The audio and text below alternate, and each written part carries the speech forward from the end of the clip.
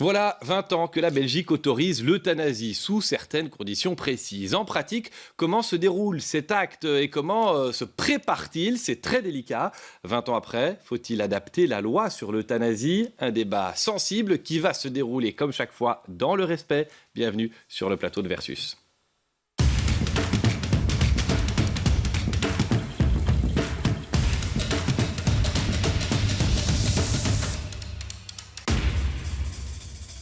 Et avec nous cette semaine en plateau, Jacqueline Hermance, bonjour. Vous êtes avocate, mais surtout présidente de l'ASBL pour le droit de mourir dans la dignité.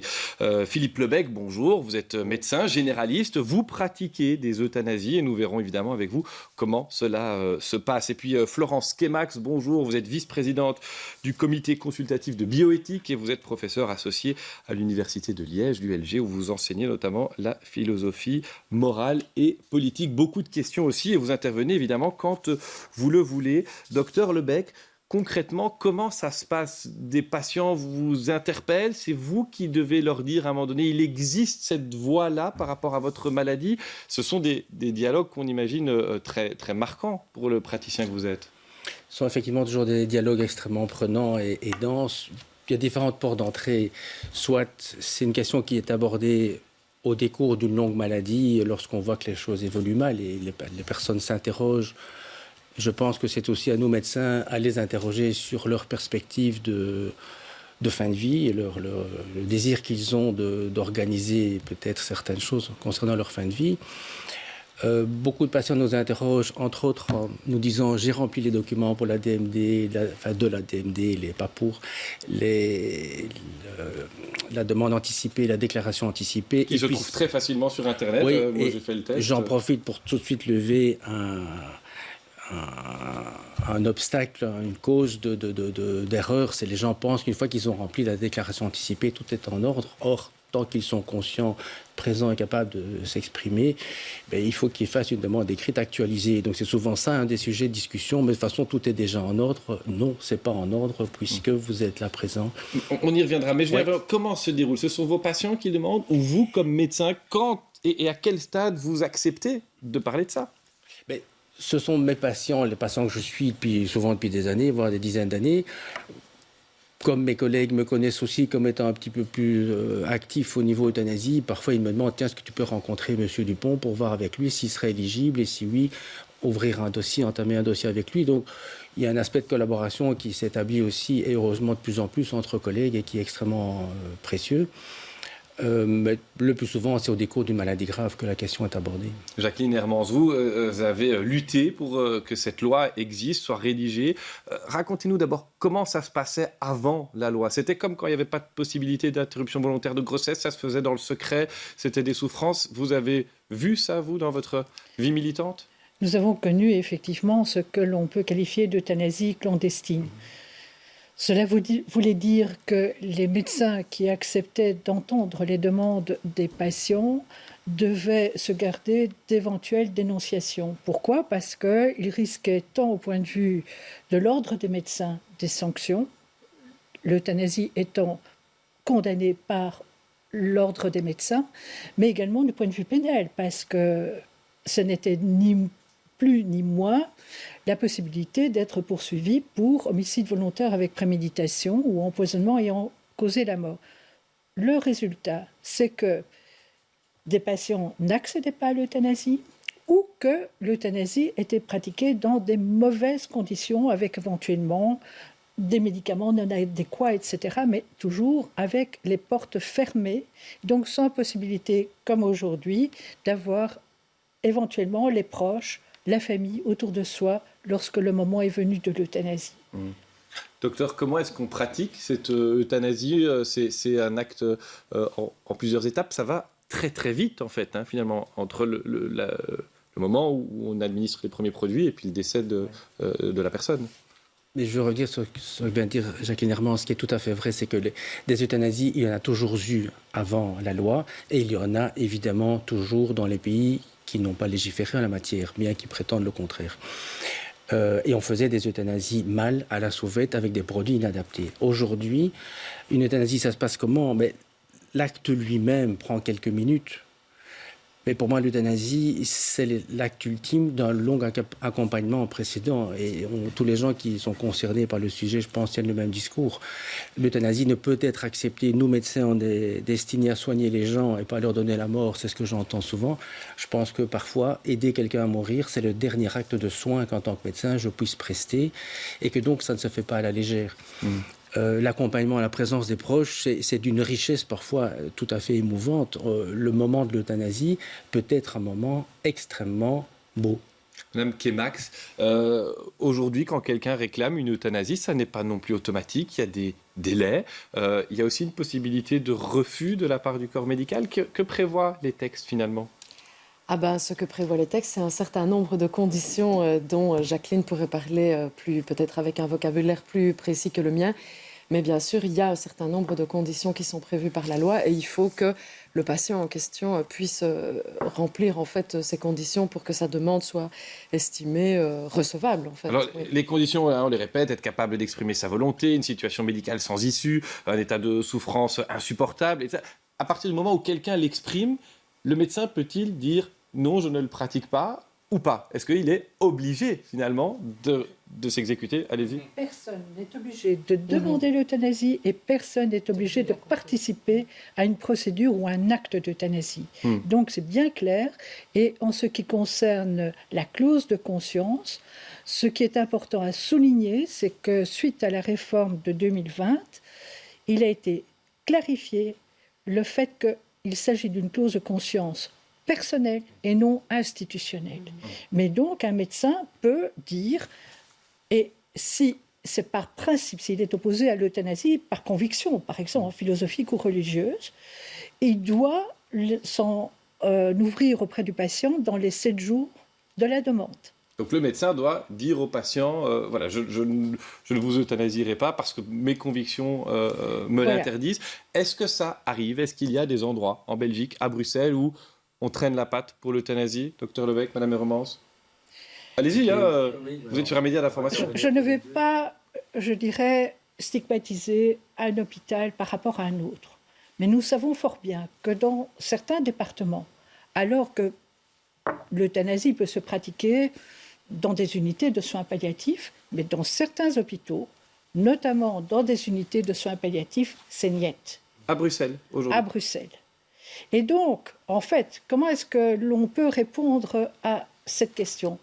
Mais c'est que l'institution dira, il n'y a pas de clause institutionnelle, mais les médecins peuvent s'opposer à une demande d'euthanasie. Donc ce sont les médecins qui s'opposent, ce n'est pas l'institution, ce sont les médecins. Donc là, ça pose évidemment un problème.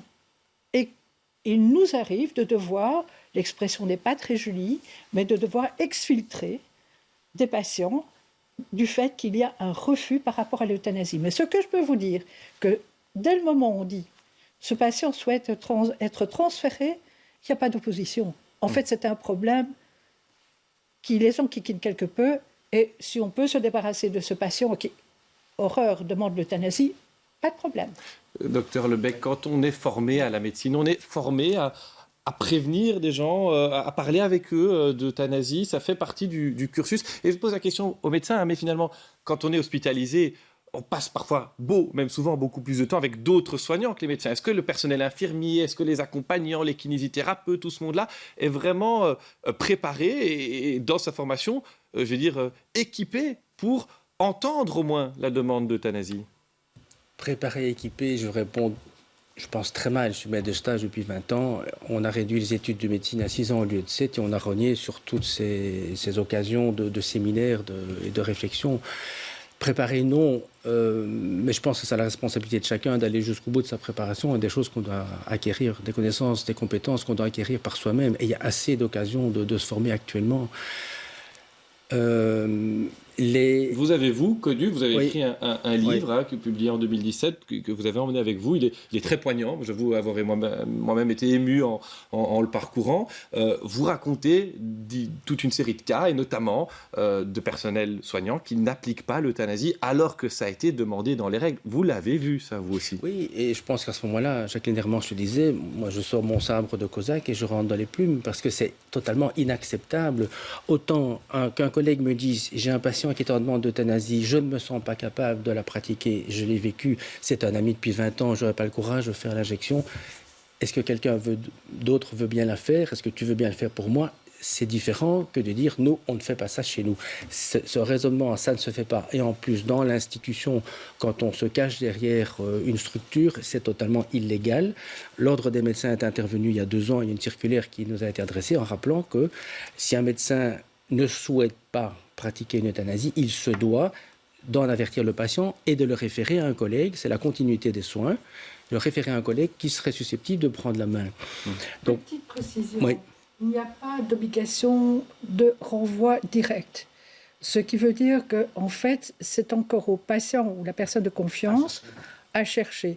Et s'il n'y a pas de médecin à qui référer le dossier, le médecin qui refuse de pratiquer l'euthanasie doit référer le patient ou la personne de confiance à un centre spécialisé ou une association spécialisée. Qui peut l'aider.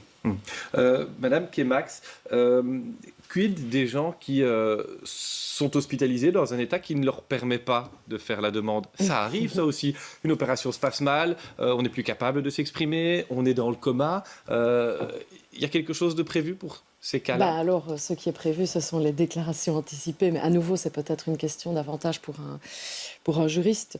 Moi, je voulais juste revenir sur le point précédent. Mais après, je voudrais une réponse à ma question. D'accord, je pense que quelqu'un va vous la donner ici. Oui. Non, quelque chose qui me semble important de dire, c'est qu'une loi, elle ouvre un espace public dans lequel on peut décider et rendre public certaines choses. Et c'est une manière d'assurer aussi quelque chose comme un contrôle démocratique. Ça, c'est un premier point. Mais en même temps, parfois aussi, un cadre législatif, c'est quelque chose comme une accélération historique par rapport à laquelle la culture ne suit pas toujours ou pas à la même vitesse nécessairement.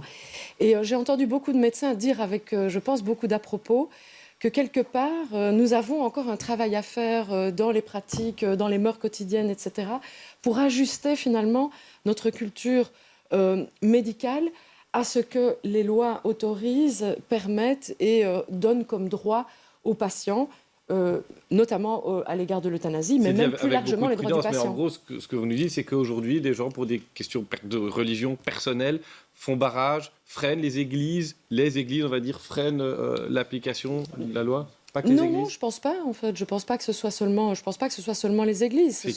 Il s'agit aussi de faire tomber des vieilles habitudes. Il s'agit de partager des connaissances à ce sujet parce que c'est quelque chose qui peut quelquefois rebuter des médecins tout simplement parce qu'ils n'ont pas appris. Enfin, je veux dire qu'il n'y a pas de place dans la formation pour ça. On n'était pas suffisamment formé à ça, oui, Madame Hermans. Au point de vue, par exemple, du cursus académique, très peu d'heures sont consacrées aux questions de fin de vie. Que ce soit maintenant les soins palliatifs ou d'autres, toutes les décisions médicales de fin de vie. Et là, il y a vraiment encore de gros efforts à faire. Ce que l'ADMD soutient, c'est la formation EOL. Et là, on se rend compte que cette formation est absolument indispensable. Elle est destinée aux médecins, aux paramédicaux, etc. Et c'est l'occasion aussi, avec les supervisions qui sont organisées, de revenir sur des questions.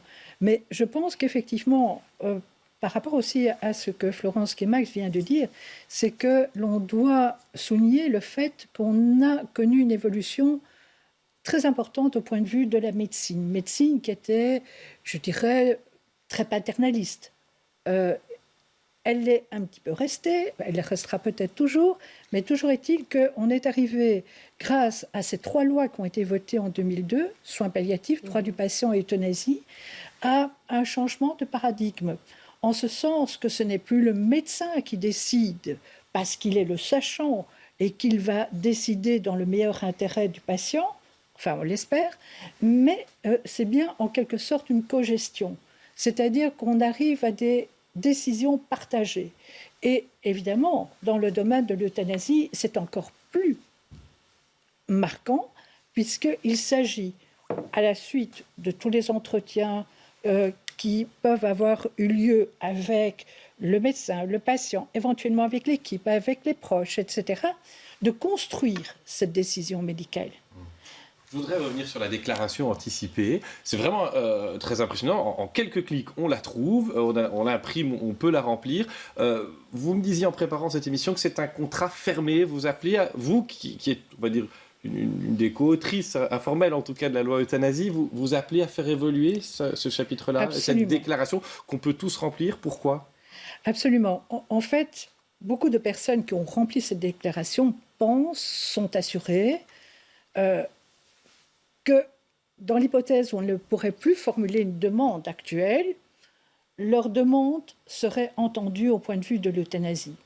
Or, en réalité, comme la loi précise que le patient doit être certes atteint d'une affection grave et incurable, nous sommes tous d'accord, c'est une des conditions essentielles, qu'il doit par ailleurs être inconscient et que cette situation doit être estimée irréversible dans l'état actuel de la science. On a interprété cela en disant ce sont des situations de coma, des comas dépassés, état végétatif, etc. Donc, ce qui veut dire que la personne, prenons le cas par exemple d'Hugo Claus. Hugo Claus se savait atteint de la maladie d'Alzheimer. Il était en demande d'euthanasie, mais le plus tard possible.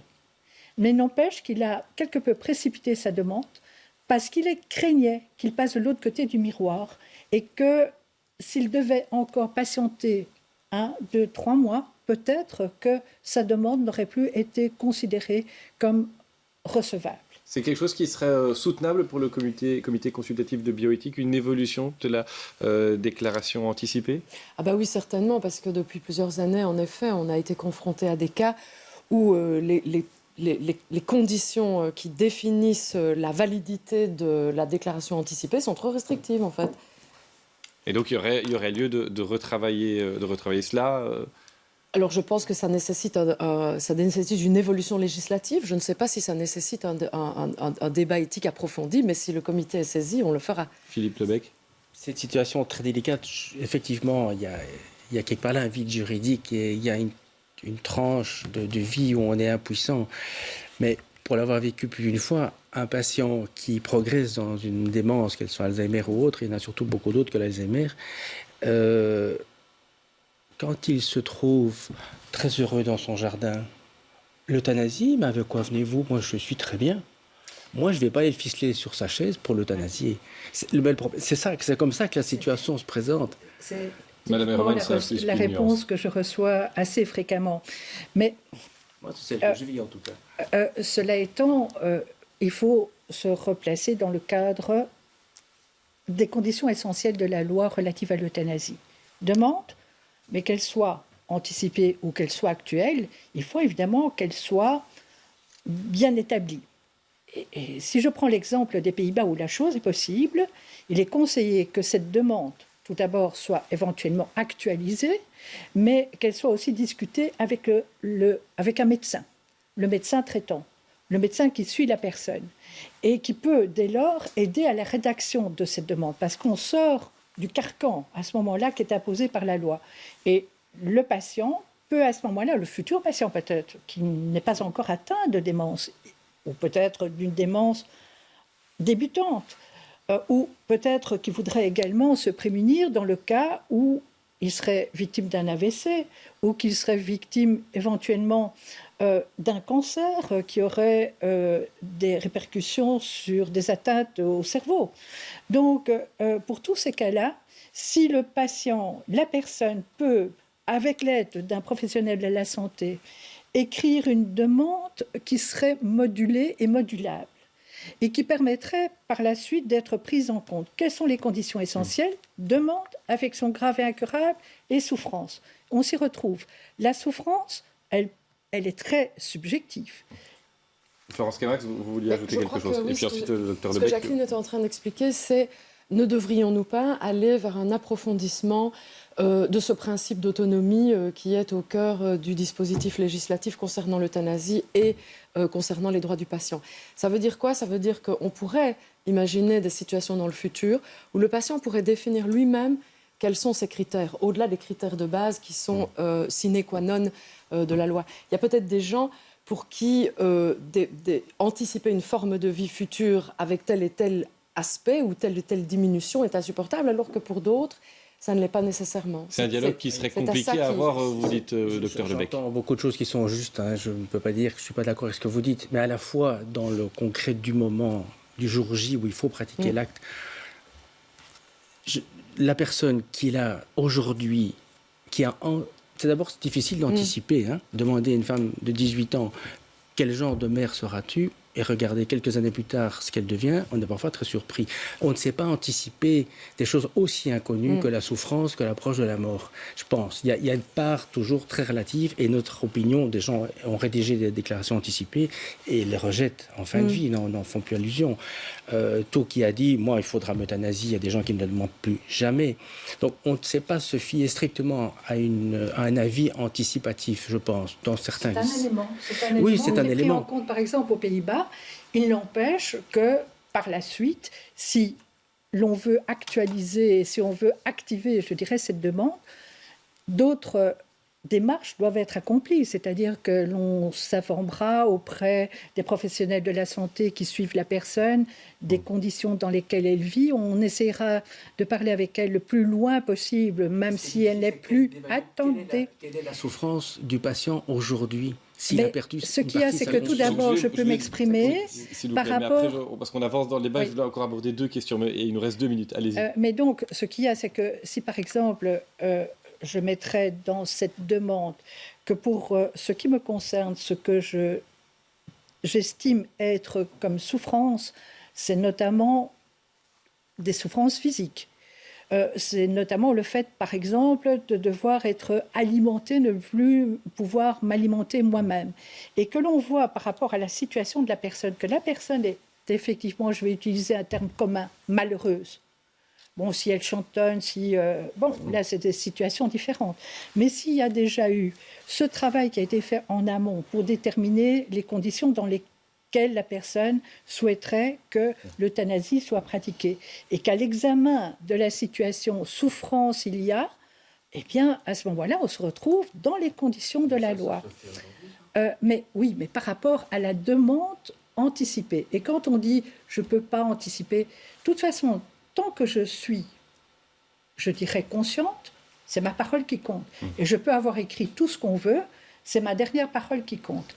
Mais il y a moyen d'anticiper. Alors, on voit qu'il y a des nuances, même entre personnes qui sont praticiens ou proches de cette thématique-là. Je vais vous demander de réfléchir simplement à ce que pourrait être ou devrait être, selon vous, la loi sur l'euthanasie dans 10 ans. Vous avez le temps d'un jingle pour y réfléchir et vous aurez chacun la parole pendant quelques instants. Jingle.